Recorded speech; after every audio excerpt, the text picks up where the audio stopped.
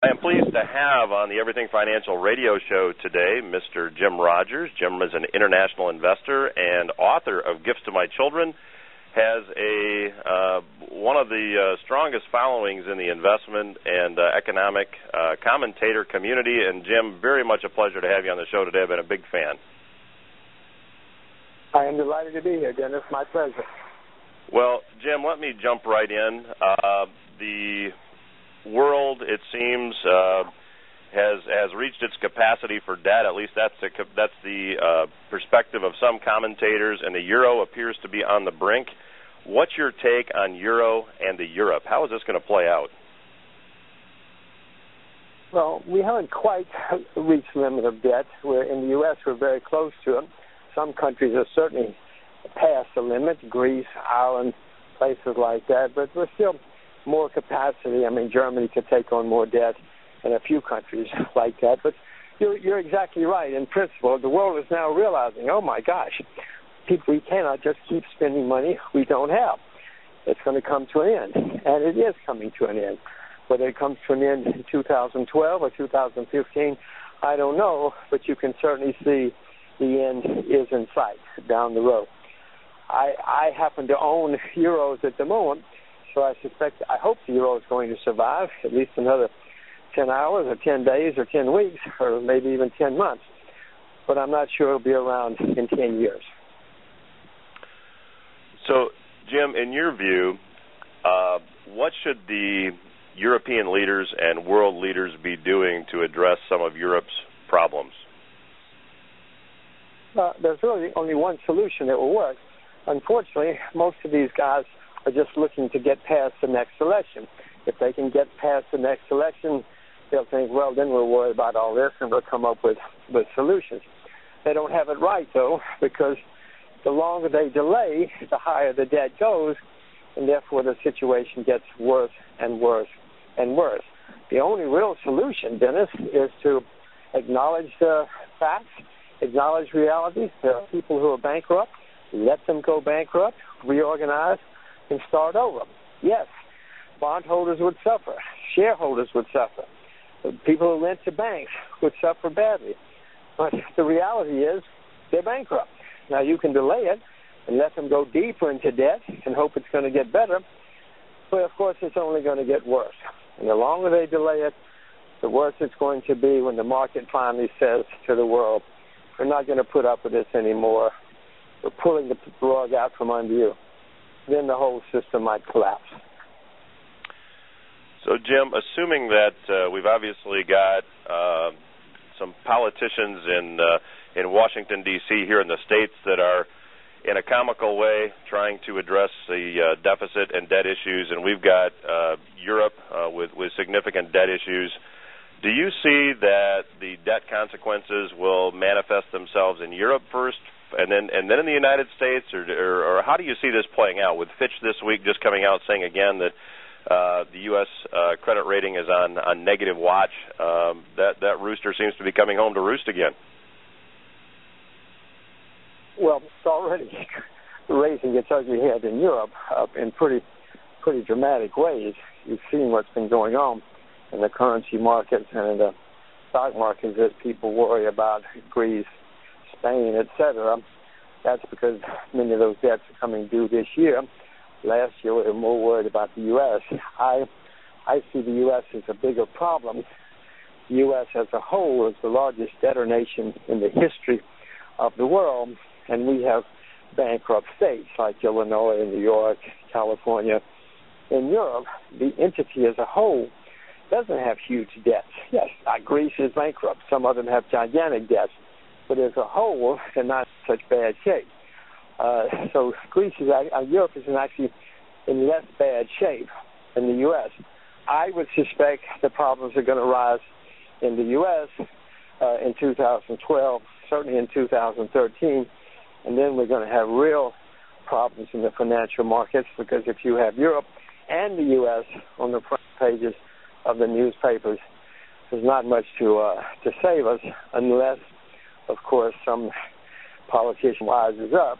But Dennis, if some politician wises up, it's going to be because he's going to say, guys, we got to stop spending that would cause its own problems, but at least we would be on the way to dealing with things. So, Jim, in listening to you, it sounds like you're of the opinion that there's no way to avoid the pain ahead. It's just, are we going to take the lesser pain now, or are we going to keep kicking the can down the road and endure greater pain later? Would that be a fair assessment of your opinion? Oh, absolutely, Dennis. I mean, if you look at Europe, since we were talking about Europe, every one of those countries shows in their best plans shows that debt will be higher next year and the year after that and the year after that. No European country shows debt declining in the foreseeable future. No American state does. And the United States, of course, shows debt increasing by well over $1 trillion a year. So, no, the situation continues to get worse. The debt goes higher. Now, we can deal with the problem now or try to deal with it now and start over, or we can wait a few years. But as I said, when the market forces us to act, then the markets are in chaos. Then it's very difficult to make any kind of rational decision. Anything that happens will be a Band-Aid, and most of the Band-Aids will make things worse. If, Dennis, now they all got together in Europe, got into a room, said, all right, you guys are going to close, you guys are going to stay open, all the deposits are going to be okay, we'll ring-fence the banking system, it could survive now because enough countries have credibility, like Germany, Finland, a few places. But if they wait, it doesn't matter how many people get in the room. The market's going to be crashing around them, and then it's going to be too late to do anything. I suspect it is going to take that approach. Yeah, I'm sorry, Jim. In the next segment, I certainly want to get your opinion on how this will affect potentially equity markets over the next couple of years and currency markets. If you're just joining us, this is the Everything Financial Radio Show. We're very privileged to be chatting with international investor and author of Gifts to My Children, Mr. Jim Rogers. And Everything Financial Radio will return after these words. We'll continue our conversation with Mr. Rogers. Stay with us. Come on, listen to the money talk. What you doing? Money for nothing and your chicks for free. Welcome back to Everything Financial Radio. I'm your host, Dennis Tubergen, and this is the Legacy Radio Network. We're glad you're with us today. Very happy to be chatting with Jim Rogers, international investor and author of Gifts to My Children, who's been gracious enough to join us today.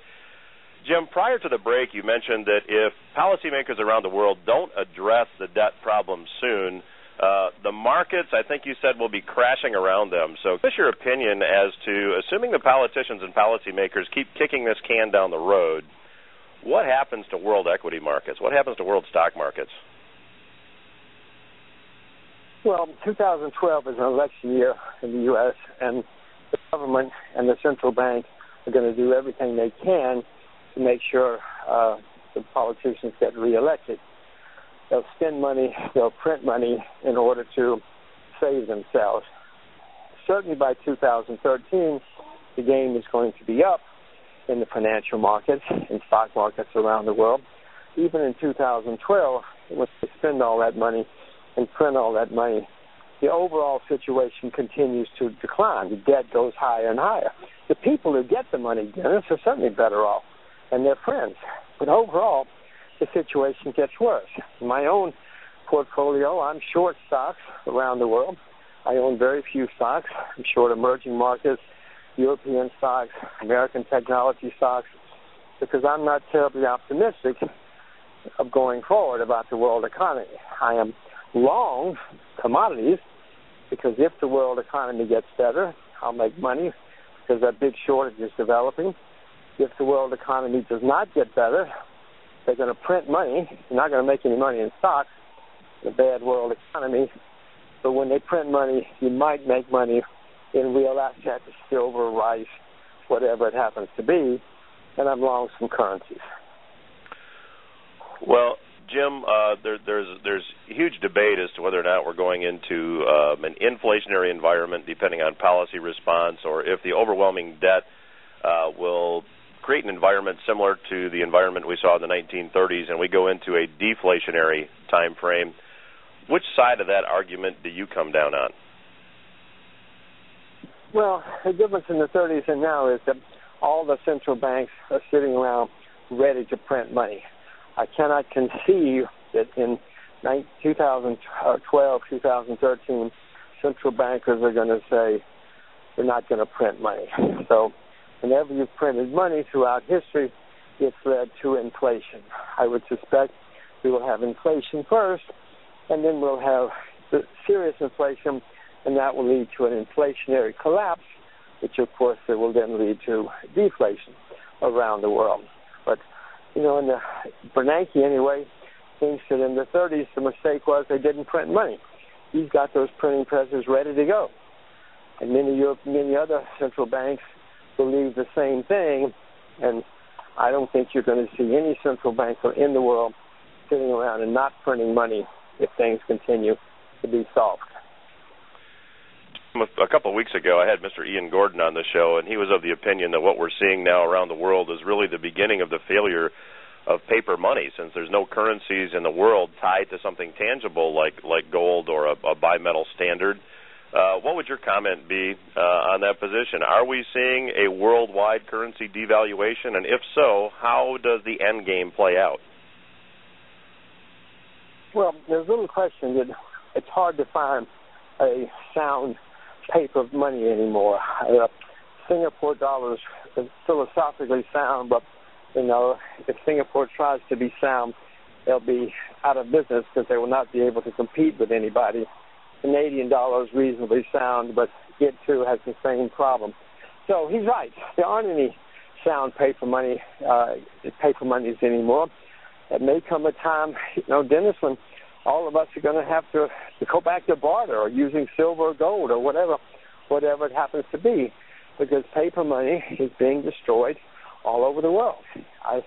It's going to be a very strange and interesting world 10 years from now, as this crisis continues to develop, as bankruptcies develop, and as central banks print more money. Jim, our listeners out there that have investments in 401ks and retirement plans and brokerage accounts, what advice would you give them? Be very careful. Beware and be very careful, because the world we're entering is going to be more and more. There's going to be more turmoil in currencies, in stock markets, in all markets. We're going to have a lot more problems, and unless you know a lot about something, just don't invest in it at all, because we are facing some serious problems in the future. And Jim, in the time we have left... Oh, go ahead, please. I was going to say, learn about real assets such as silver, rice, things like that. And you might also learn to go short if you really want to start learning about making money in bad times. Well, Jim, sure appreciate you joining us today. And in the time we have left, tell us, we've got just a couple minutes left, tell us about your most recent book and how someone could go about getting a hold of it. Well, it's easy to get it. You can go to Amazon or any bookstore. I've had a few successes and lots of failures in my life, and then I suddenly had 2 little girls, so I wanted to start writing down some of these things as lessons for them. And next thing you know, I had a book, and it's turned into a book that they don't quite understand yet. They're only 3 and 8. What I'm finding is most of the adults like it, read it, and someday give it to their children too, for when their children are teenagers or when they're, you know, in their 20s. But it's lessons that from my own failures and from my own triumphs. Well, certainly appreciate you taking time out of your very hectic schedule to join us today from Singapore, and wishing you a terrific 2012, and both me and my listeners, thank you for joining us today. Well, likewise, Dennis, it's been great fun, and I hope that everybody listening has a great 2012, or at least survives 2012.